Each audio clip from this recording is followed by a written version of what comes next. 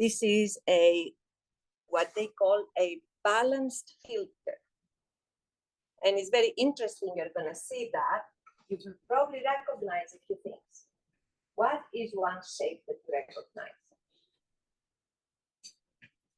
From those who were in 322 with me at least. Do you recognize? Yes. Sorry, what was the question again? Which shape, what do you recognize on the basis of shapes only? I mean, a shape here represents a circuit element. How many circuit elements we have? 3. A resistor, an inductor, and a capacitor. This is a microstrip circuit made, all right, for a particular application by industry. And so all of these are geometric shapes. You will do them, you will do some of them when you go to ADS, but do you recognize from geometry what kind of circuit elements those will be? Yes. Would the bottom one be an inductor? This one, yes. But all of the round ones are inductors.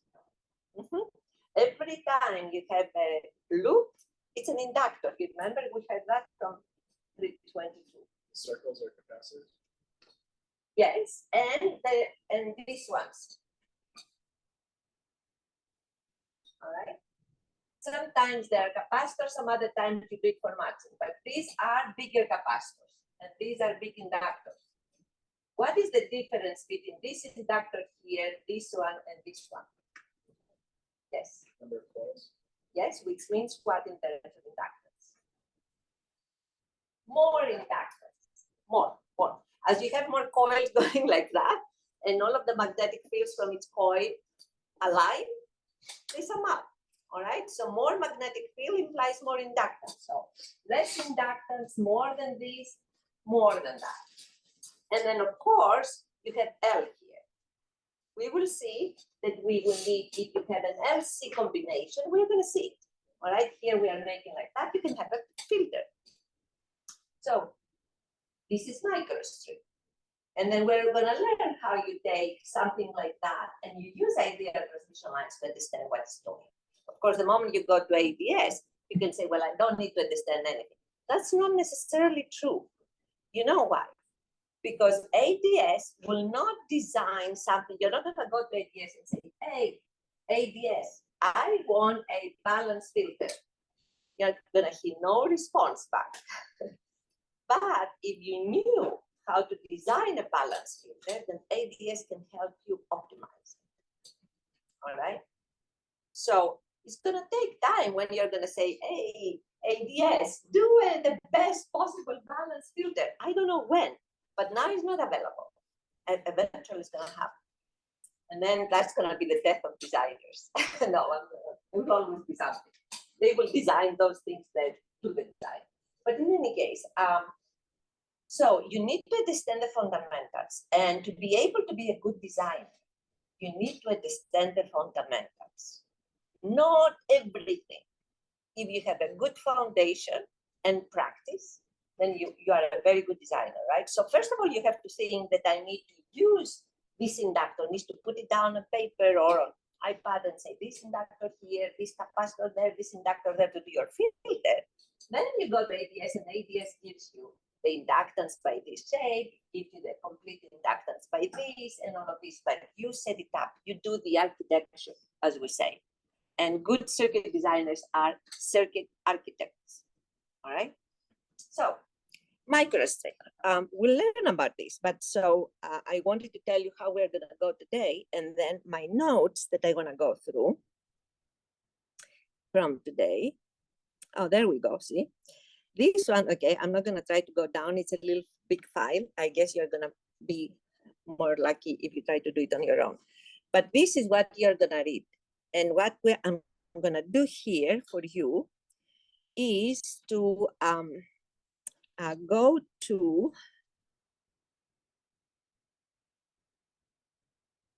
okay, I need to find a pencil.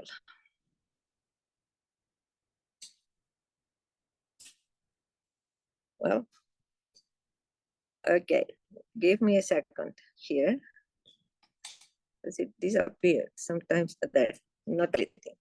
That's where I usually write my notes. And then here, it's supposed to be week 3. This one, not week 2. It was my fault. So I will go to my notes, all right?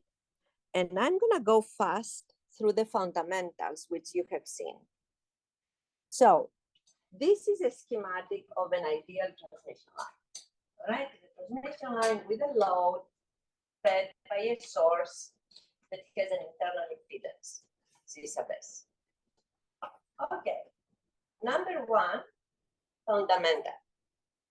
When you have a transmission line like this, then you have 2 important waves. A voltage wave, V of Z, and a current wave, I of Z. The voltage always we represent it like this, even if it changes, its phase will change, but we always saw like that here. The current, we always assume that it goes like this, and there is a return current. There is an important requirement for ideal transmission lines that in reality you have 2 conductors. 2 conductors. You cannot have an ideal transmission line high frequencies with 1 conductor only. Right. So these 2 conductors. Now, what happens is that there is an initial wave that is excited here. So V, let me go to V. And you see the magnitude there. I will talk about that too. So there is an initial wave that is excited here, which we call the V plus of Z. And because this wave goes down, all right, I call it a wave because it has an amplitude and it has a phase, all right? So in the time domain, it's gonna be V naught plus cosine omega t plus a constant beta Z. Okay, it's gonna go this way, and then it's gonna come here.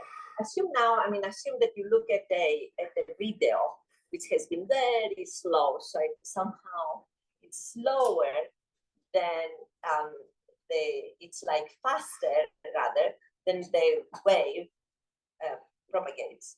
So practically can show you all of the details in the thing. And let's assume you see a wave coming here, and then it's gonna reflect. The reflection of these 2, of the V plus and the V minus, that is gonna reflect here, and it's gonna come back like this, gives, and each one of them changes with Z because the phase changes with Z. These ideal transmission lines, I have not said anything about losses so far, all right? So the superposition of these 2 waves, the V plus and the V minus, gives you a total wave.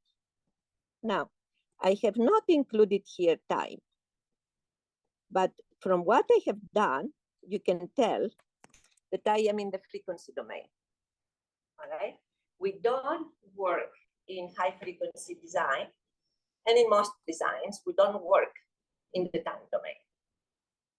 Even if later in the future, you're gonna see time domain designs, now we are working in the frequency domain. Why are we working in the frequency domain? And what is the frequency domain? The frequency domain, when we talk about that, is, so you remember we have time, and everything we live in is time. Frequency is not a real thing. We have made it up.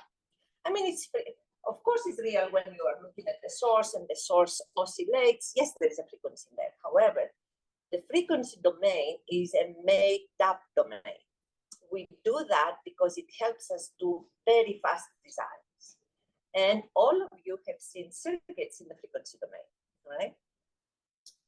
What does frequency domain mean? Frequency domain is a steady state. What is a steady state? When you create an excitation in 3-dimensional space, it could be, for example, a source that turns up right at that point t equals 0 plus. And so it has, if you can see from how your power starts at home, it has a spike, all right? And all of this charge that accumulates comes as a spike, and then it settles. All right, so the spike in the beginning is called a transition. It's a transitional effect. It happens in very short periods of time. But then if you wait enough, everything stabilizes into what we call steady state. So the frequency, what the frequency does is to move us from a real time domain that has all kinds of short time disturbances to another place where we have eliminated all of these short time disturbances and we see the prevailing effect, which is the steady state, all right?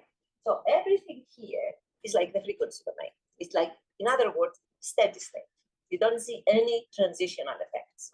Those transitional effects are extremely important, however, so as we move into future designs, we find that we have to take them into consideration. So forget about that for a moment. Frequency domain, all of this. All right. The same thing happens with the current. Of course, V and I are going hand in hand. You cannot have one without the other. All right? Obviously.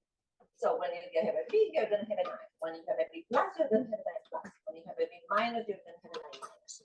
Now let me write things that you have also seen. You have seen that V plus of Z is nothing else but is in the phasor domain. It's a constant e to the j beta z. All right? In the phasor domain, we have complex numbers. So that is the, as a matter of fact, minus here for the plus. And V minus of Z is nothing else but V naught minus e to the j beta z. And usually that happens, the minus is here and the plus is here when I have that kind of orientation for the z-axis. We assume that the transmission line is one-dimensional circuit, right? This dimension does not exist. It's so small, even if we place it there just for our own help. So there's only one dimension here, and then we assume that z equals 0 is at your source, and z equals d is at your load. Okay. There are a few things that we have seen. I will introduce them also. We have seen that we have defined the reflection coefficient gamma of z as the ratio of v minus of z divided by v plus of z. All right. And also we have defined the reflection coefficient at the load, which in this case is gamma at z equals d, because that's where the load is. Okay, z equals d. Or you can write it as gamma sub L, all right, at the load. And this is practically v minus when z equals d, v plus when z equals d. And we have found, therefore, that the reflection coefficient at the load is ZL minus Z naught over ZL plus Z naught.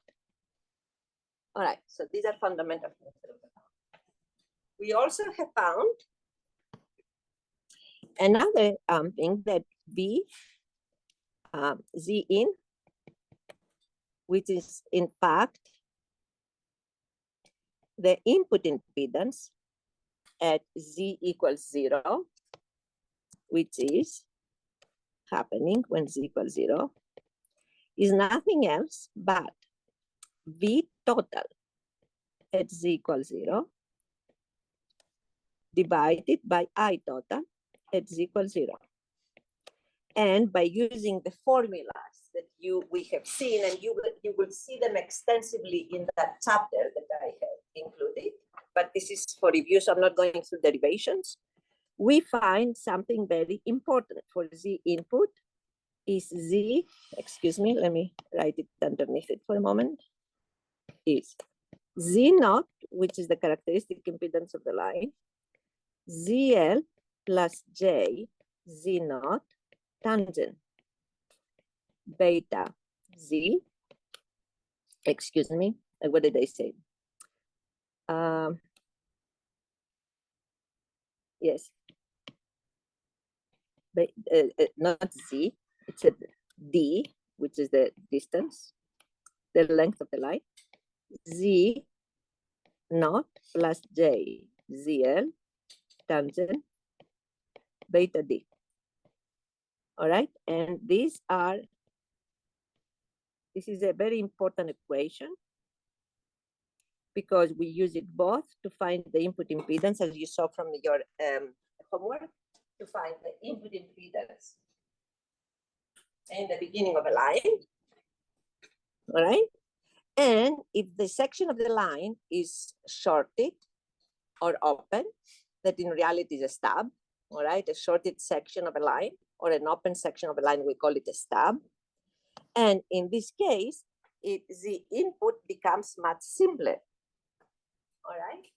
Because if ZL is 0, like a shorted stub, then ZL is 0, practically becomes J Z naught tangent beta D. But if ZL is infinite, then we ignore these terms, we ignore this one term here and this one term there, and becomes minus J Z naught cotangent beta D. That's how we found those things, how we use the stubs. All right, and so far, in all of this, we have assumed that the line is lossless. So your wave goes down and your wave is, we call it wave now, because of this form, all right? This has the form of a wave because there is propagation involved. And the propagation involved here, let me do it a little better.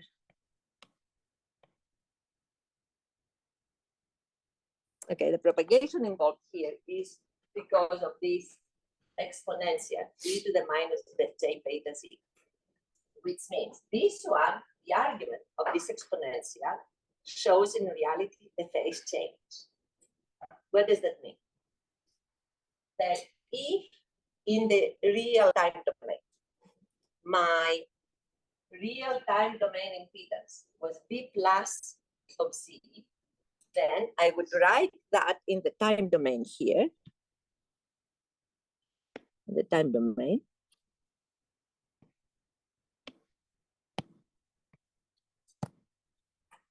as V plus time and distance to be V naught plus cosine omega t minus beta z. All right, and that shows, therefore, I'm calling that the phase.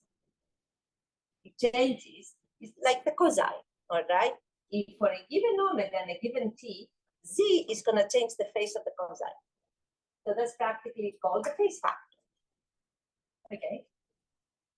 And that assumes that your wave is going to go down the line, but its magnitude is not going to change. All right. So if I have, for example, a voltage or a current that flows down a line that has no losses, then the only thing that's going to change here is the phase, but not the amplitude. All right, because there is no loss. You don't lose anything. You don't lose your charges into, you don't lose your current. In other words, you don't lose your voltage. Now, all of these are in the ideal space, and there is more equations that we have developed. And please, if any of these, if it does not seem like coming to you naturally, you will need to do a little bit of a review. So spend a little bit of time to go through either your notes. I suggest start with your notes because you're more familiar with them. If your notes, you cannot find them because you had it some time ago, look at the chapter that I put in there.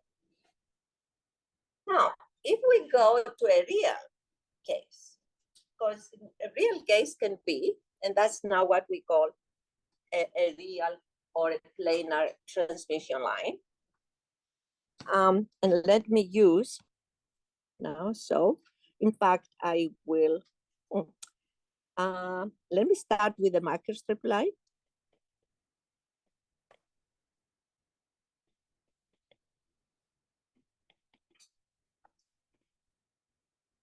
And you remember how I represented this line to you?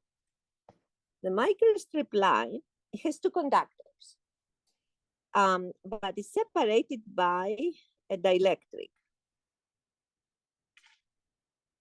And let me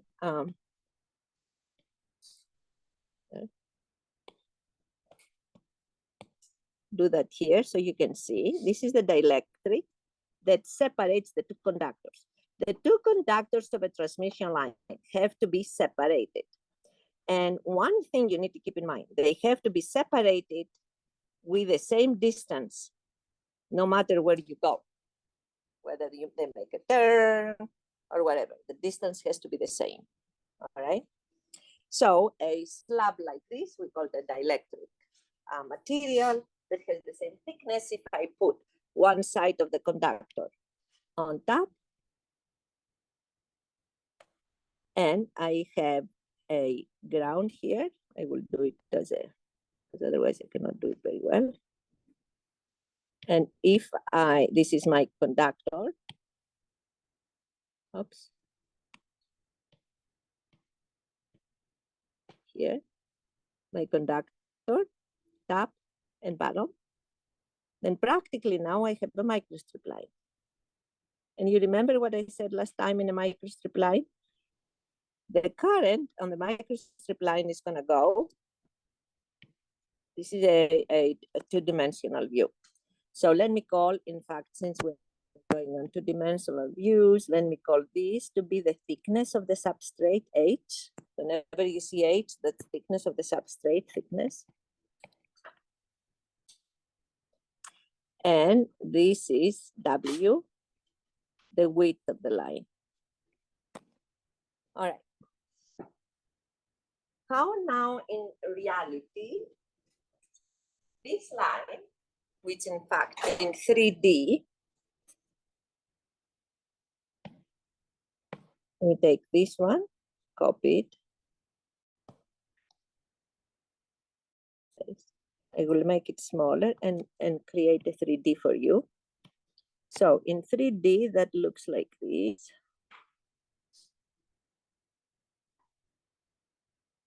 All right. The line goes like that.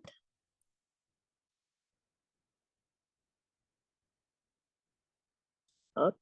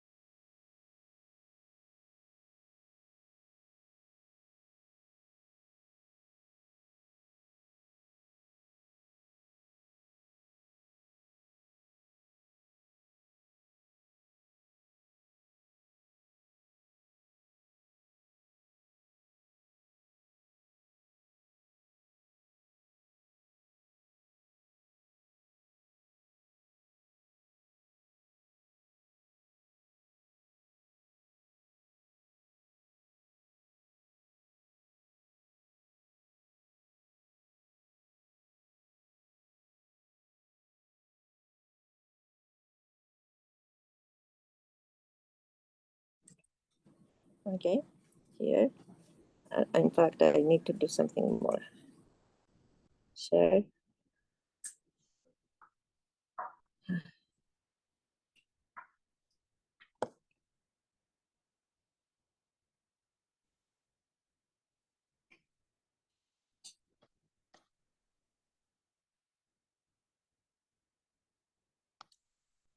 Okay, we are here. So this is the microstrip line.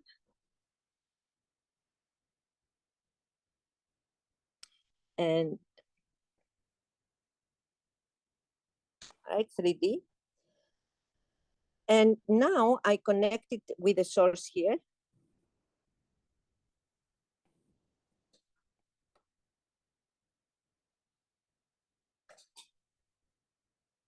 And I expect to have two things. So if this is to have a current that flows here on top, and let me erase that so I can write the current. And you remember we said that the current is gonna go like this here.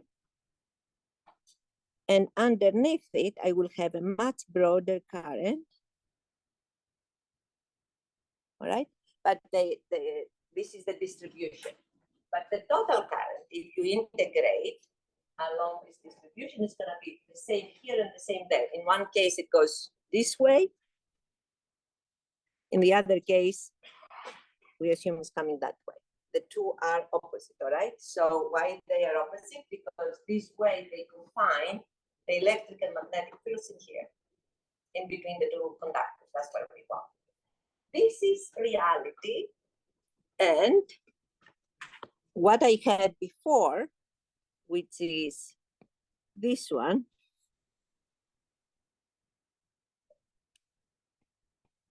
it's imagination. Does not exist like this. It's imagination that we use for simplicity, practically. Be able to learn things. All right. Now, so that does not exist. But I would say, in this case, let me rewrite the current for a moment, or the voltage. So we are going to have, if there is a load at the end, and let's assume that the load is an impedance, which is connected to the ground somewhere. All right, so you have the ground here, connects here, there. The impedance is going to go down to the ground. All right. So you assume on the other end, you have an impedance. I show that and then I will remove it because I want to have more space available. That in this case, your current, let me write that, total, if this is the z direction. And then we assume that right here it's z equals 0. All right, and right here is z equals d. This is our previous problem, but just been made out of a microstrip line. Then I of z will be I plus of z plus I minus of z. All right, now, this plus here is not this one. This is the incident. And this is the one current, excuse me, the direct current. I minus of z is not that one. This is the return current of the circuit. IZ is this one. Okay? Even if we have two conductors because we want our electrons to return, we don't lose them, all right? We don't want to send them somewhere else and we don't have more electrons to run. We show them like this, but in reality, this one here is I of z. All right, and a lot of times for the right reasons, students are getting confused about that. So this one here is your I of z. Okay. So what happens in a system like that? In a system like this, I have two things which I do not have in the ideal transmission line. All right, I have, first of all, a dielectric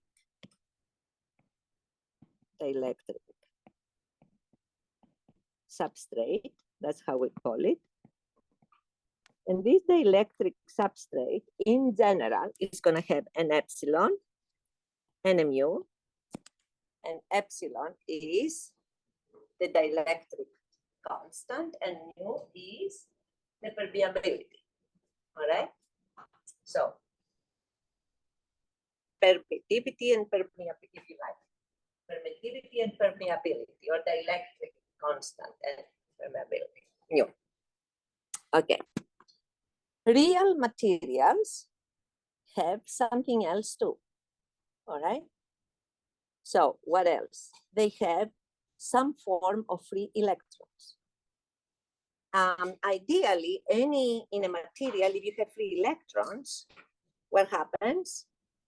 They create a conduction current. What happens if you have, therefore, a current flowing on this conductor, but then the material on which the conductor is has free electrons? These free electrons will start moving around, but in addition to the free electrons, epsilon is due to small dipole moments, as we call them. They're electrons that cannot go free, but they are pulling the atom in a way that looks like a small dipole. So all of the electrons in one corner, all of the positive charges in the other corner, and therefore it looks like a small dipole, but it cannot fly away. It stays there, all right? Now, as you are pulling away the electrons from the nucleus, you start losing energy. Nothing happens in reality. You cannot push, you cannot deform an atom, even if I'm using Bohr's simplistic presentation of an atom, all right? Because atoms are not exactly like electrons around and a nucleus in the center. It's more complex than that. But even if you assume the electron around like the satellites, all right, around Earth, all of these electrons like this, and then assume that the Earth represents the nucleus, trying to pull the electrons in one direction and separate them by a distance from the nucleus requires energy. Where is this energy going to come from? Oh, my current. There is nothing else to give that energy. Which means if I do have those losses, and eventually what happens also in addition to that, I also have the free electrons who take part of this energy and they disappear. They go someplace, right? So all of these things introduce losses in the material. And what do these losses do? The losses take an I plus of Z, which was supposed to be in the lossless case as I naught plus E to the minus J beta Z. All right, that's how it was supposed to be, where I naught plus was a constant. But now that is multiplied by another factor, which is it's a real exponent, right? It's an exponential with a real exponent, which means that by itself reduces, because that one is nothing else but 1 over E to AZ, which means that as the current moves along this, it loses part of its strength, okay? Because that practically makes your I plus of Z to become I naught plus over E to the AZ, E to the minus J beta Z. So E to the minus J beta Z changes your phase, but E to the AZ reduces your amplitude. And therefore, when your current reduces and your voltage reduces too, what happens on this line? Then you suffer from losses. All right, so those losses are always there. In addition to those losses that come from the substrate, then we have other losses from the conductors. So these are substrate losses.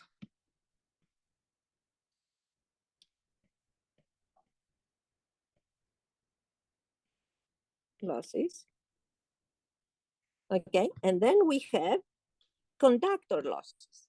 Where are the conductor losses? So here, let's go and magnify our conductor. And let's see how it looks if we magnify it. All right, so let me do this like that. And then take it here. Now let's assume that we have our current on top. What is the current really? Nothing else but electrons. Okay, so will be electrons here. That's a conductor now, right? It's another dielectric. So these are electrons here, and there are more electrons here.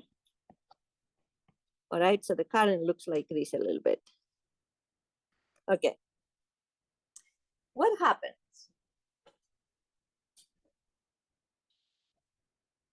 Ideally, if your conductor has infinite conductivity, assume that sigma goes to infinity, all right?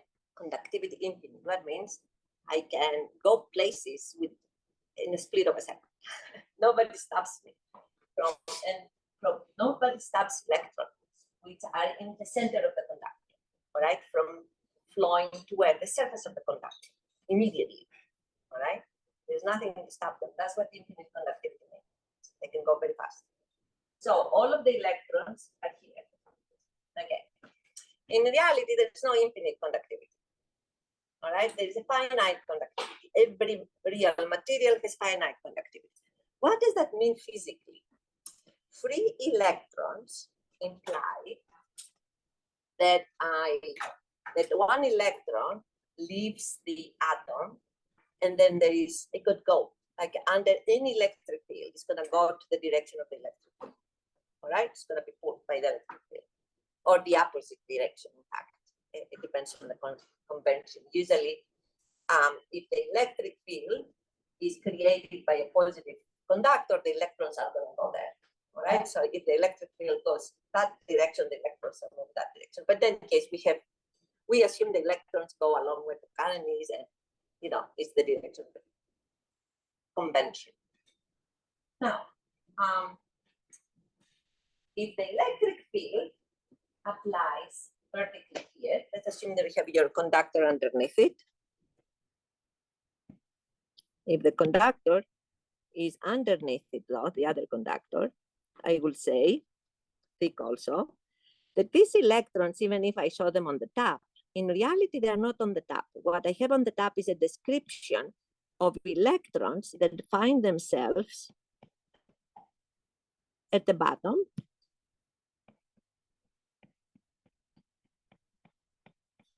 All right?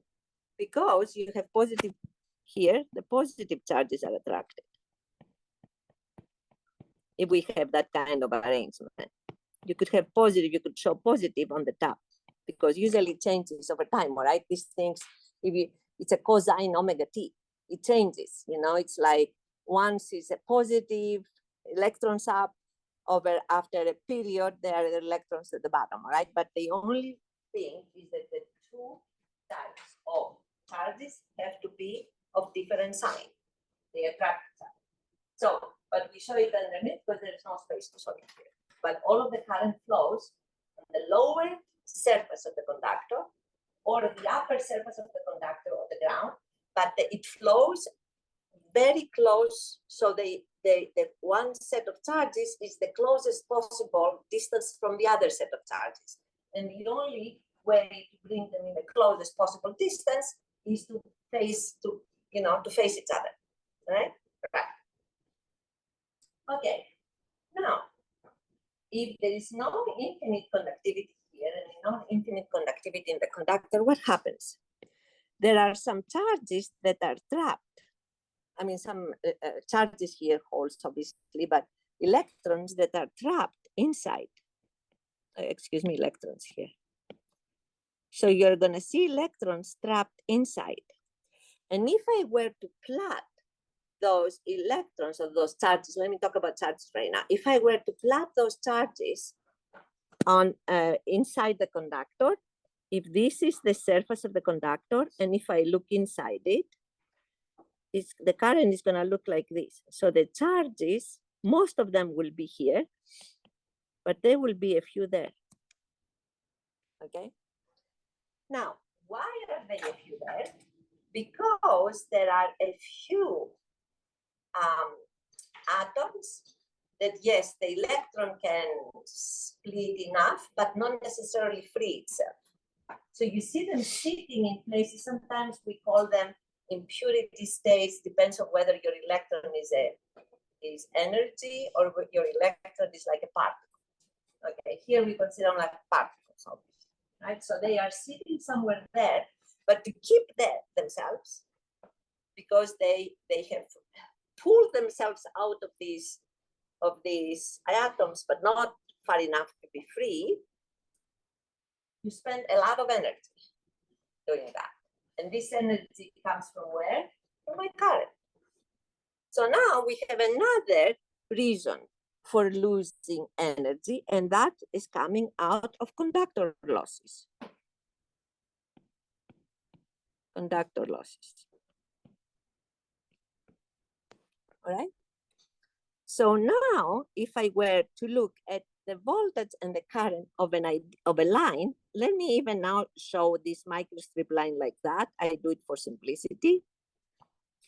I know it's a microstrip line and I have losses, but in this case, where you have a source and you have a load, for this case, then I will have my voltage plus that goes as V naught plus e to the minus AZ, e to the minus J beta Z, and then V minus, which is gonna be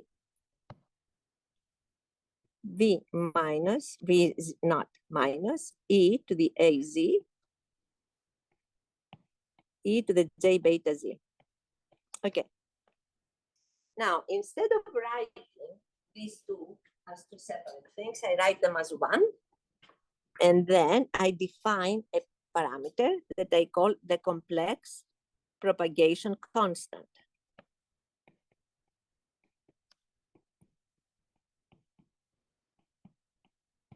And it's called gamma.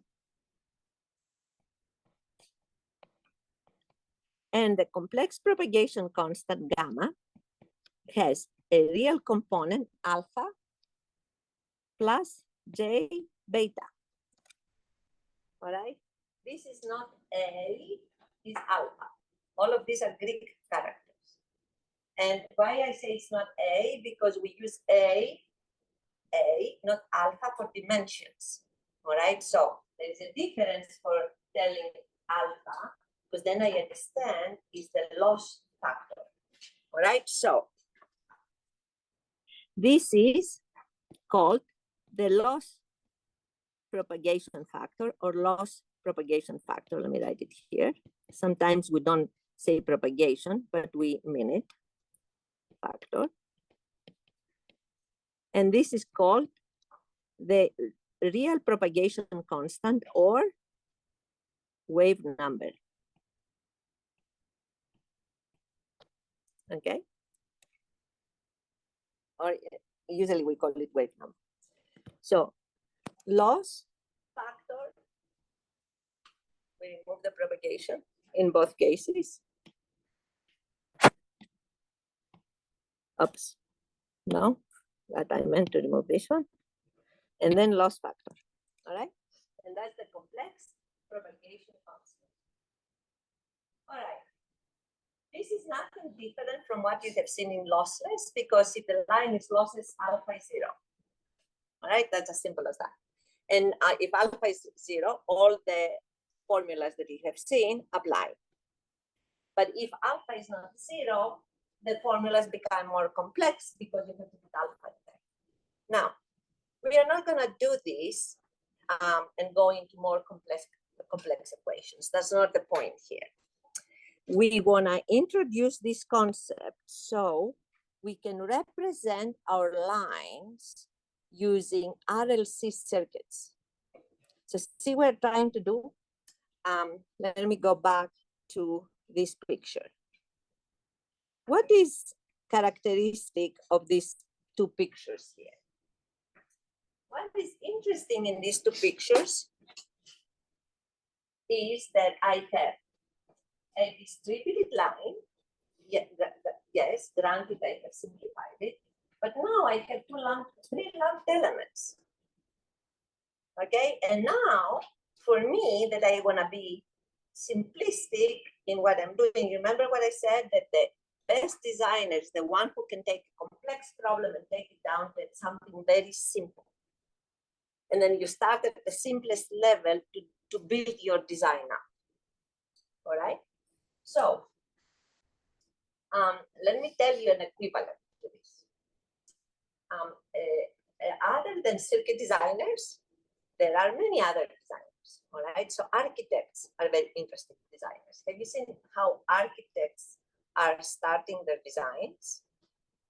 They start, let's assume that somebody has given money to an architectural firm to develop a very big building like this one. What did they do? Well, they went and took a map of the campus. Okay. And they maybe a map of this area, where every building was like a little square.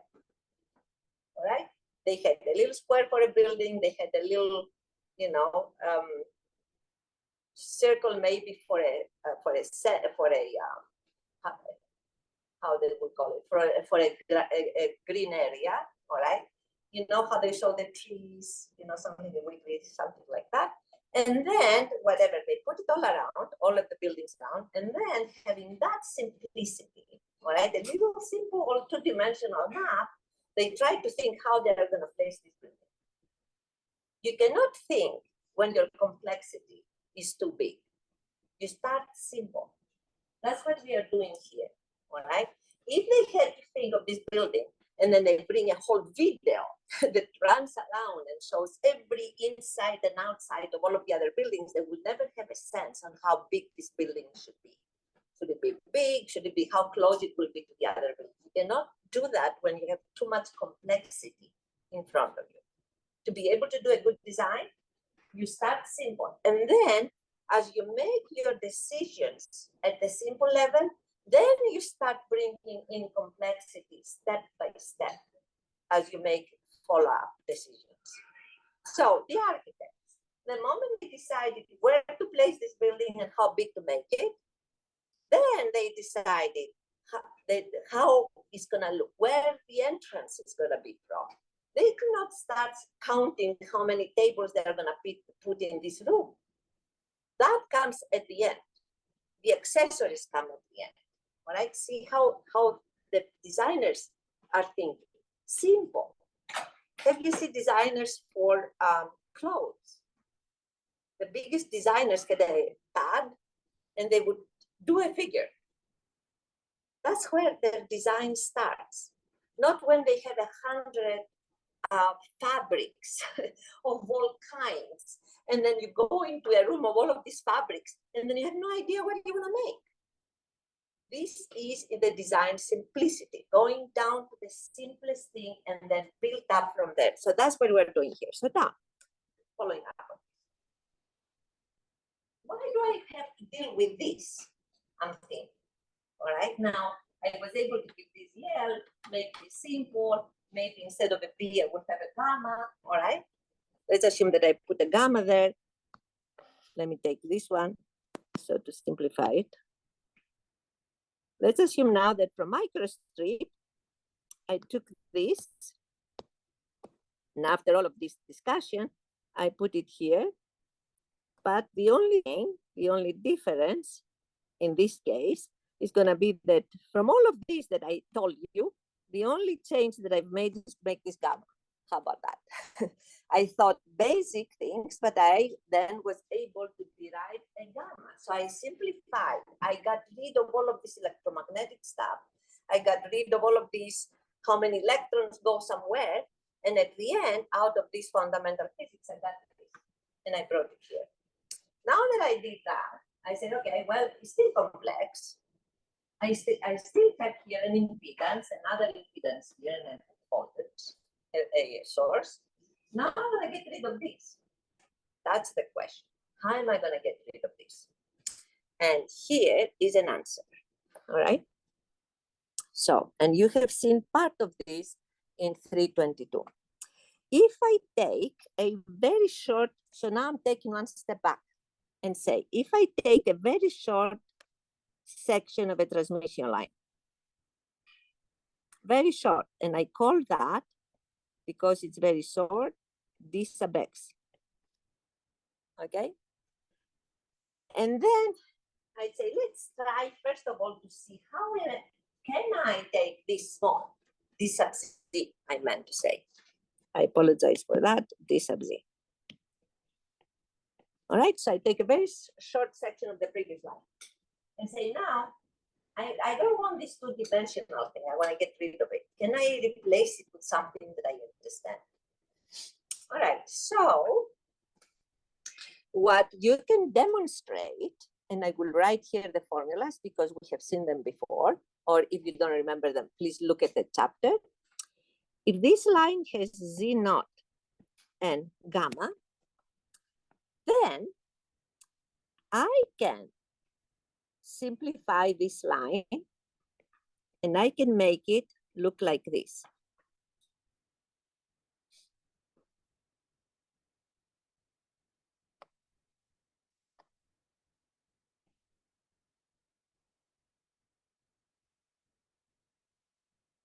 R, L. And I will put R, DZ because it's an R, and I multiplied with DZ because it's R per unit length. All right, I will write it underneath it. DZ, C, DZ, G, DZ, with R is resistance per unit length.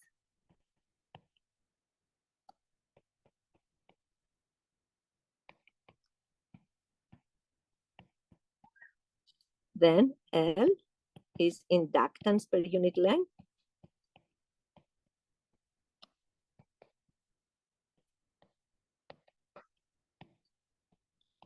And then C or G is conductance per unit length.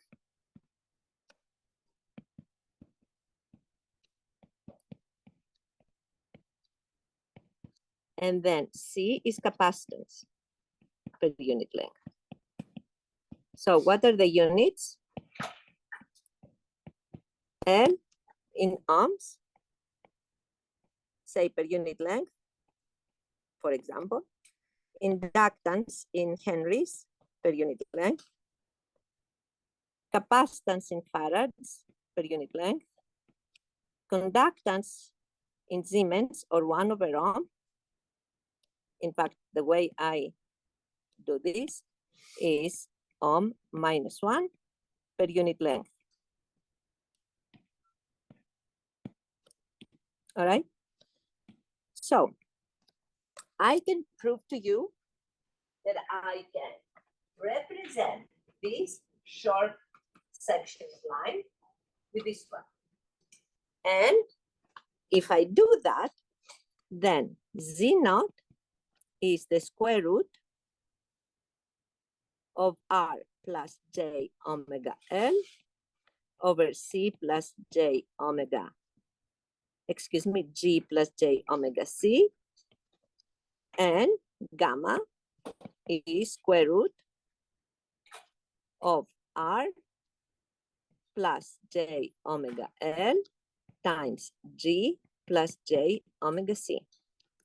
And from that, practically, you can find the and gamma. Now, if I, of course, each one of them will have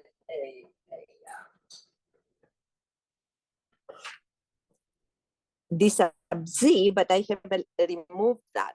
All right, so practically, and this is going to be in ohms, practically, and this is going to be in, if it's real, it's going to be per centimeter. And we will see the units for the real and imaginary part. And this is going to be, you can find alpha and J beta. All right. So there is something interesting here. If our lines are done well, we expect to have R and G, and these are responsible for the losses. R is responsible for ohmic losses. G is responsible for dielectric losses. All right, that's why this is in series along the wire, so they go, and this is in shunt, because if there are dielectric losses, you know, if practically there's a current that goes like this, small. The good thing is that if my line has losses, but it's a good line, I expect this R and this G to be very small numbers. Because if they were not very small numbers, then your line is not going to be used. It's not a line, maybe it's good for heating, but like a laptop. All right, you remember the laptop? There was a time when the laptops were so hot. I was in the University of Michigan, and then in Illinois, we were putting on our laptops, on our labs, to be able to keep us warm in the summer because it was like when it was very cold. Seriously, I mean, we had like a heating device. Now, there has been a lot of progress since then, both in terms of these two and because they have good cooling systems. But now you can put it on your labs and you don't have a problem. At least in Texas, you do not need air conditioning, right? Because of that. But in any case, these are very small. If these are very small, what happens to Z naught? If R, so if R, as it should be, is much smaller than omega L, and G is much smaller than omega C, then your Z naught, so your line is lossy, but it's not lossless, and is not very lossy. All right, good lines have some loss, but not very high loss.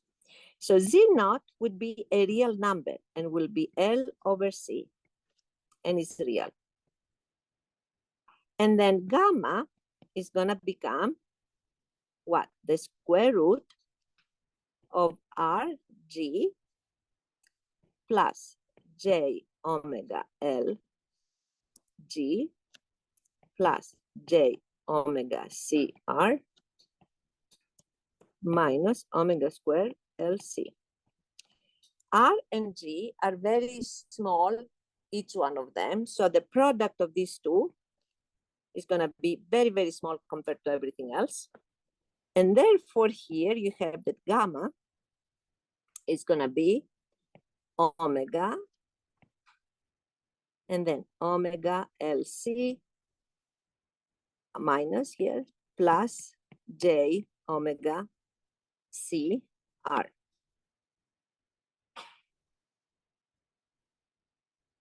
Excuse me, let me put it again, it's gonna be CR plus LG. So practically your gamma still will have a small real number plus a much bigger wave number, all right? So when alpha is a small loss. Okay, so this is real. So in all lines that you're gonna design, and in fact, if you use ADS, we'll do the same. Your Z naught is gonna always be real, but there is always gonna be a small number here which is gonna be responsible for losses. So in any case, going back to what I have. Now, if we're not gonna do that, but both in ADS as well as in the chapter I gave you, people have gone to this microstrip line or coplanar waveguide. Let's take the microstrip line and we'll talk more about this. They have gone here and they have applied electromagnetic theory very accurately and very extensively. And they have been able, from all of the dimensions and the types of materials and the thicknesses of the conductors and the thickness of the dielectric, to find very good approximate formulas for R, for G, for L, and for C. And therefore, if somebody gives those to me, as ADS will do, and then the chapter we have gives you these formulas, approximate formulas, I get those as functions of H, which is the thickness of the substrate, of the conductor width, all right, W, of the thickness of the conductors, and of the types of materials and the dielectric and the type of conductors, then I can calculate all of these. And if I calculate these, then I have my Z naught, which is going to be real, because you will see that R, for real cases, R and G are very small. And then I will have my alpha and my beta. And then practically, I can do two things. first of all, to calculate that ahead of time, so I know how high my losses are. And then second, if I don't want to go to the 2-wire line, is I will go to this and say, now I know this. And if I had a small section of line, I would use this instead of this line. So everything now is RLC. So what happens when I go from this to that? I get rid of the dimension of the length of one dimension. So one dimensional problem collapses to one point, all right? Because all of RLCs are all collocated somehow. Even if electronically they're not, physically they're all very close to each other, okay? So next time, what we're gonna do, I would like you to read a little bit planar transmission lines. For those of you who wanna do a review a little bit. There are two sections in these pages I gave you. The first is a review of everything that you've done before. When it says planar transmission lines, start looking at that. Review a little bit, read it ahead of time, because we are gonna then go from a DZ short length to a real length of a transmission line and replace it by RLC, RG, L, and C. So then I can have a very simplistic circuit that you can solve.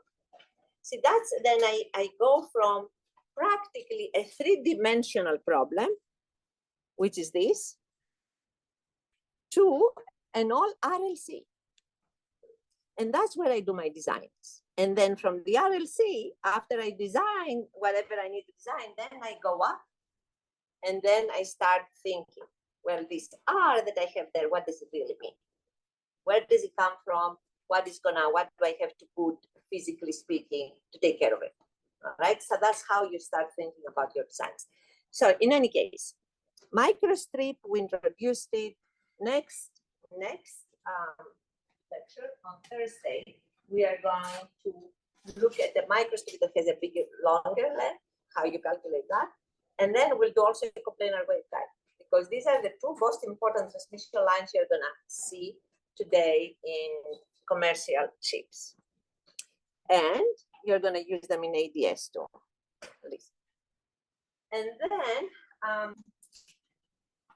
we're gonna start solving some interesting problems using these RLC circuits, which, how do we call them? These RLC circuits, when you try to replace a three-dimensional,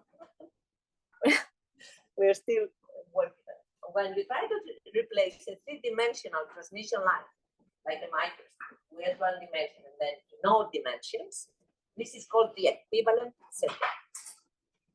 The equivalent circuit for the transmission line, all right? Okay, I will see you on Thursday, and today we have office hours. For those of you who wanna come, ask any questions. Thank you.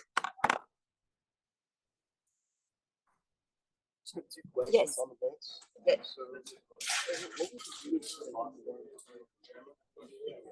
Yes, this will be in radians length. And this is gonna be like in